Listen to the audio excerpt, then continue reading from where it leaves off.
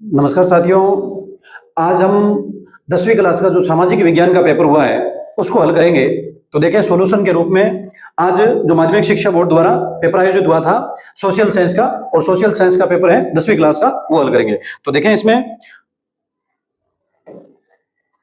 पहला क्वेश्चन लेते हैं हम। इसमें वायु 18 जो ये मल्टी चॉइस क्वेश्चन आए थे, और उसके बाद में 6 खाली जगह और साथ साथ में 12 क्वेश्चन है अति लघुत्तरात्मक आए हैं, उनका हम सॉल्यूशन निकालेंगे यहाँ पर। ठीक है, तो देखें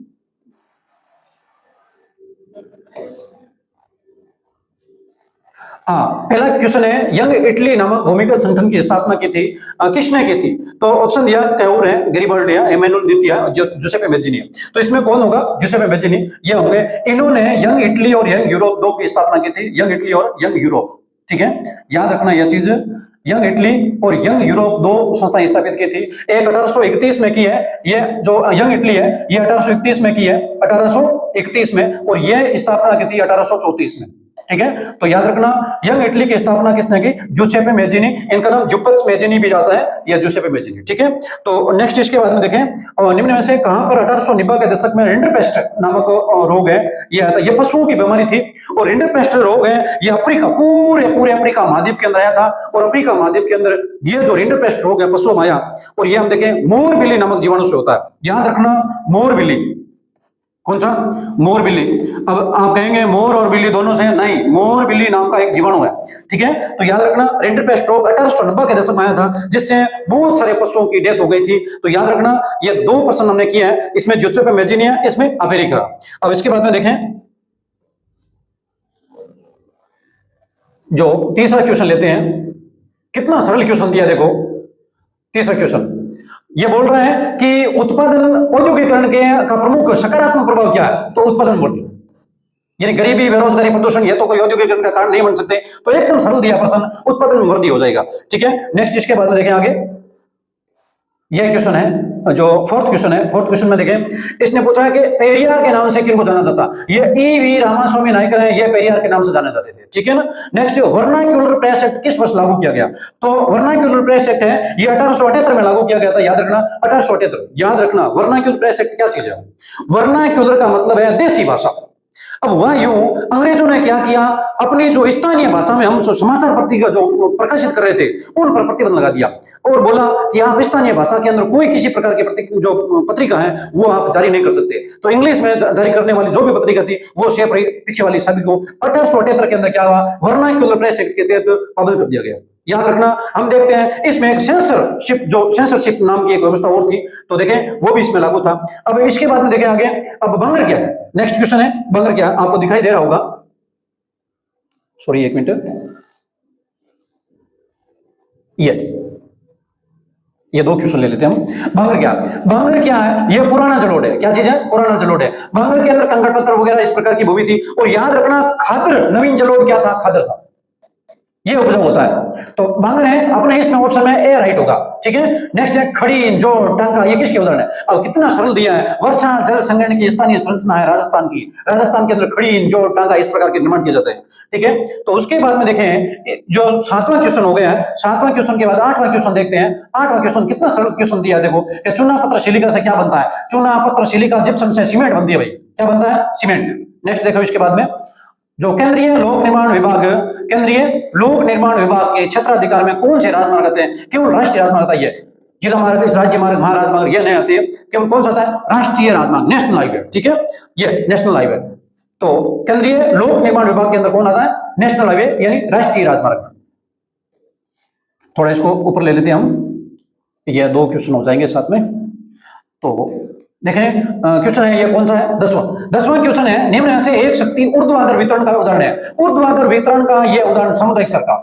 ठीक है, और नेक्स्ट श्रीलंका स्वतंत्रता राष्ट्र कब हुआ? स्वतंत्र राष्ट्र कब हुआ? श्रीलंका आजाद हो गया 1950 में। कब हुआ? 1950 में। और नेक्स्ट इसके बाद में देखें आगे, जो श्रीलंका के बाद में नेक्स्ट कौन सा क्वेश्चन है ये, तो अधिकारों एवं अवसरों के मामलों में स्त्री पुरुष की बराबरी मानने वाला, तो इसमें देखें नारीवाद। अब सांप्रदायिकता तो नहीं होगा, धर्मनिरपेक्षता, ये धर्म के मामलों में जो निष्पक्षता या निष्पक्ष का अभाव है, और जातिवाद, ये जाति से संबंधित हो गया, नारीवाद हो गया। कौन सा हुआ? नारीवाद। ये राइट है, याद रखना ये चीज। अब देखें कांशीराम, अब कांशीराम का संबंध कौन से राजनीतिक दल से है? तो ये बहुजन समाज पार्टी थे, बीएसपी, ठीक है ना। बहुजन समाज पार्टी के कौन थे? ये जो कांशीराम थे, ये इन्हीं से संबंधित थे। अब नेक्स्ट, इसके बाद में आगे कौन सा क्वेश्चन है? 13 क्वेश्चन हो चुके हैं। 14वां क्वेश्चन है, भारतीय जनता पार्टी में निम्न में से किसका नेतृत्व किया? तो भारतीय जनता पार्टी ने, अच्छा, निम्न में से कौन सा नेतृत्व किया? तो इसमें राष्ट्रीय जनतांत्रिक गठबंधन, नेशनल डेमोक्रेटिक अलायंस, ठीक है ना, राष्ट्रीय जनतांत्रिक गठबंधन हो गया।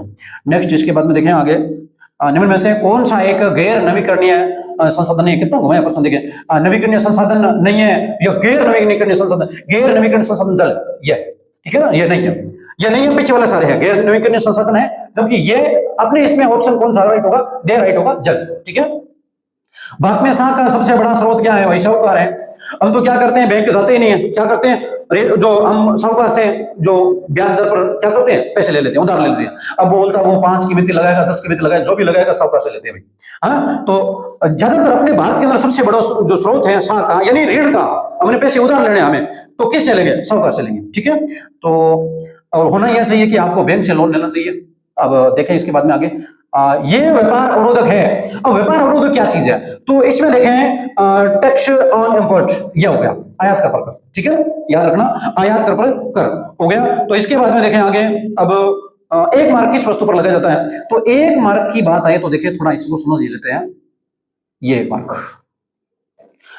1 मार्क बिजली के उपकरण, स्वर्ण और ये सभी इस कृषि उत्पादों का भी, ये राइट होगा, ठीक है। अब स्वर्ण आभूषण पर कौन सा पोलो मार्क लगता है? क्या लगता है? पोलो मार्क हो गया। और दूसरा बिजली के उपकरण है, इससे संबंधित है, वो ISI जो मार्क को लगता है इस पर, बिजली के उपकरणों पर, ठीक है। नेक्स्ट, इसके बाद में देखते हैं आगे कौन सा है, रिक्त स्थान आगे 18 जो हमने वस्तुनिष्ठ प्रश्न कर लिया है। तो ध्यान दें, इसमें जो भी आपने ये एग्जाम दिया है उसमें 18 में से कितने आपने राइट किए हैं, यो मान लीजिए आपके 18 में से 18 राइट होते हैं। कमेंट सेक्शन में जरूर आप कमेंट करके बताएं कितने आपके राइट होते हैं। और उसके बाद में रिक्त स्थान की पूर्ति कीजिए, यानी फिल इन द ब्लैंक्स। इसमें कौन कौन से देखें भरे जाएंगे। 1804 की नागरिक संहिता को आमतौर पर, अच्छा, 1804 की जो नागरिक संहिता है उसको नेपोलियन संहिता कहेंगे। क्या कहेंगे? नेपोलियन संहिता। मुझे विश्वास है कि आप प्रश्न सही करके आएंगे। नेपोलियन संहिता, यह प्रश्न आप पूर्णतया सही करके आए हैं।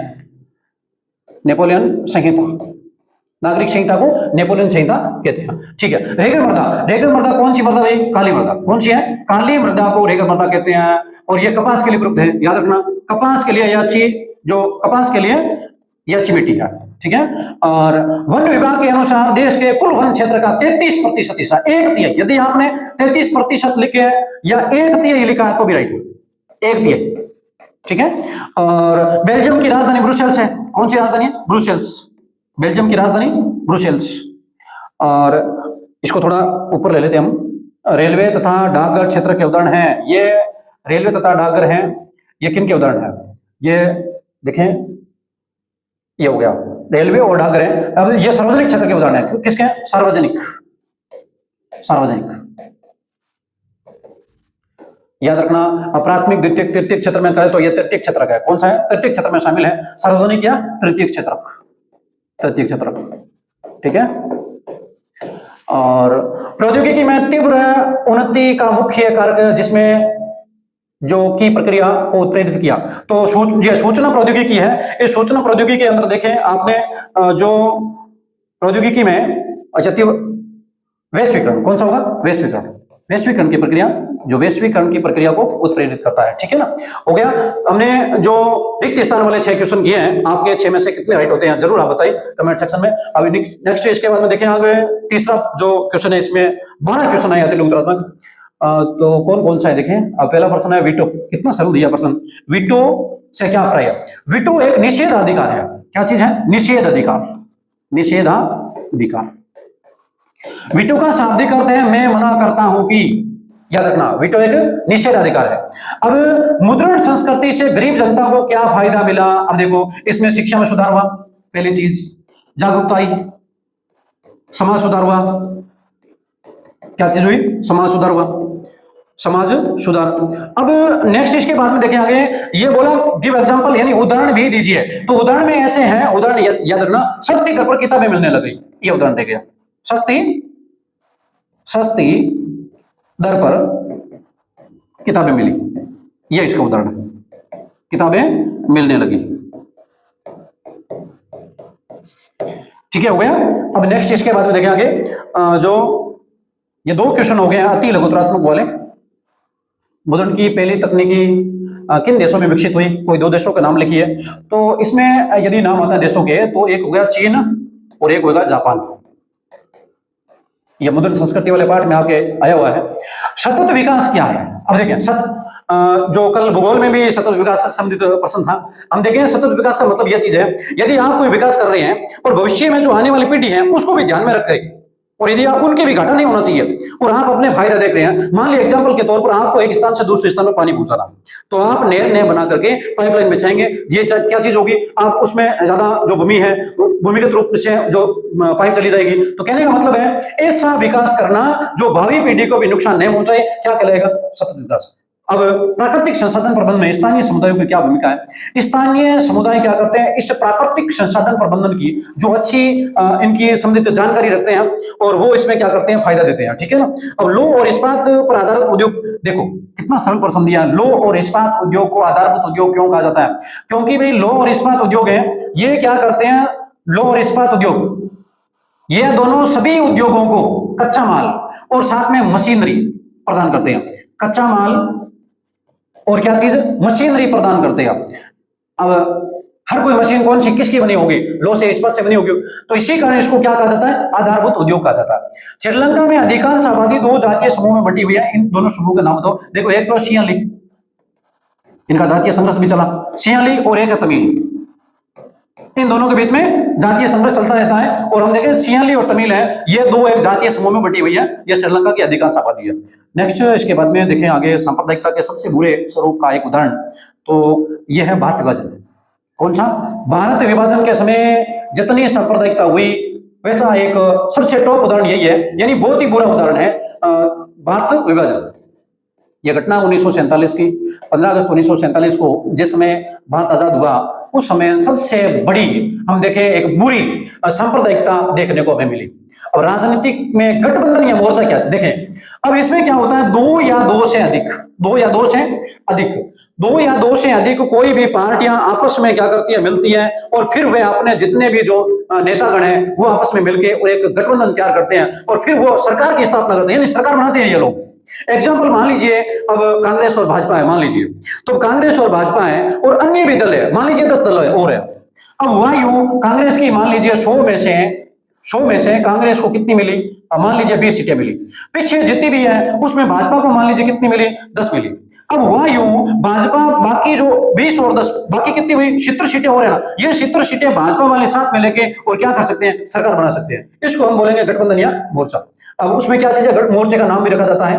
सिक्कों के चलन से पहले किन चीजों का प्रयोग मुद्रा के रूप में होता था, तो देखें ये वस्तु विनिमय प्रणाली थी। क्या चीज थी, वस्तु विनिमय प्रणाली, जिसमें हम देखें पहले गाय को वस्तु विनिमय के रूप में लेते थे, यानी जो भी हमें वस्तु चाहिए उस वस्तु के बदले वस्तु देना, ये सिक्कों के चलन से पहले था। 10 क्वेश्चन हो चुके हैं। नेक्स्ट 11वां और 12वां क्वेश्चन देखते हैं हम, किस प्रकार का क्वेश्चन है।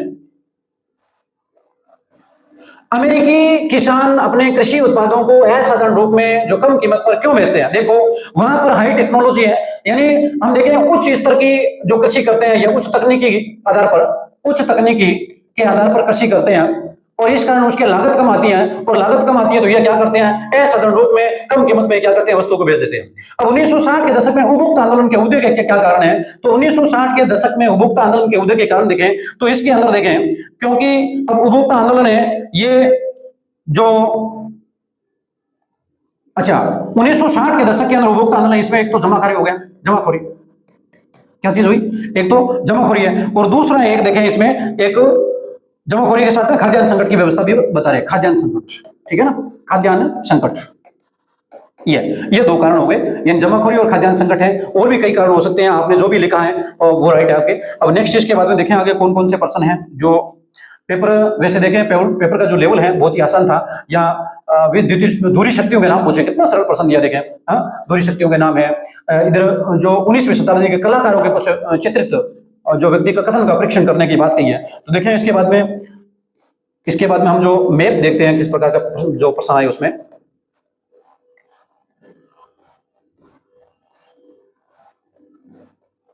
अब कितना सरल पूछा देखे, चेक क्या है। जिसने पढ़ा है, तैयारी की है, उसके तो मुझे पूर्ण विश्वास है कि बहुत ही अच्छा पेपर रहा होगा ये।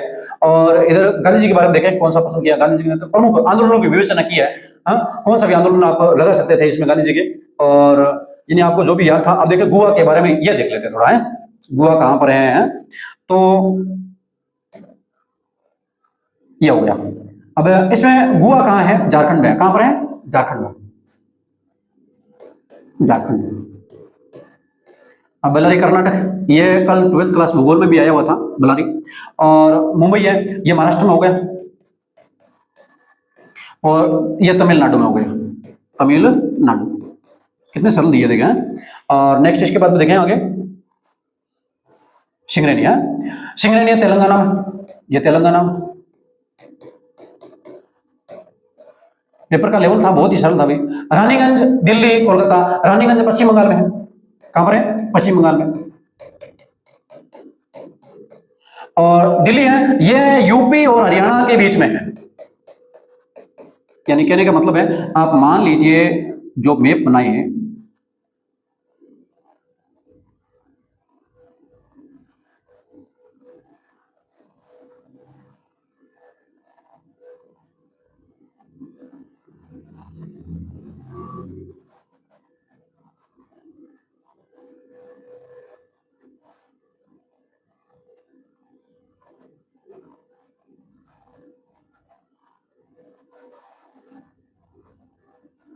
अब ये देखिए, तो यहां पर आपने दिल्ली किया होगा। कहां पर किया होगा, या दिल्ली, ठीक है ना, हो गया दिल्ली। और कलकत्ता की बात आई तो यहां पर कलकत्ता किया आपने, ये कलकत्ता है, कलकत्ता हो गया सर। पश्चिम बंगाल रानीगंज यहाँ पर हो गया, जो ये रानीगंज है और यही कलकत्ता है। कहने का मतलब ये दोनों एक ही चीज में है, पश्चिम बंगाल में, ठीक है। तेलंगाना यहाँ पर कर दिया हुआ है। तो ये हो गया पेपर। तो इसी के साथ में देखें साथियों, आप जो हमारे साथ जुड़े रहे बराबर। हम इसी प्रकार जो आगे के एग्जाम है, जिसमें 10वीं और 12वीं के जो बोर्ड एग्जाम है, उसमें जो भी पेपर होंगे उसका सोल्यूशन हम करवाएंगे। यहाँ पर आप देख सकते हैं कि आपका पेपर कैसा रहा है, ठीक है। और मुझे उम्मीद है और कि आप बढ़िया तैयारी कर रहे हैं, और आगे भी आपका बहुत अच्छा पेपर रहा होगा। और पहले मान लीजिए ऐसे पहले इंग्लिश का है या ये सामाजिक का है, और आगे जो होंगे जो पेपर नहीं हुए हैं वो भी आपके अच्छे हों। बेस्ट ऑफ लक, धन्यवाद।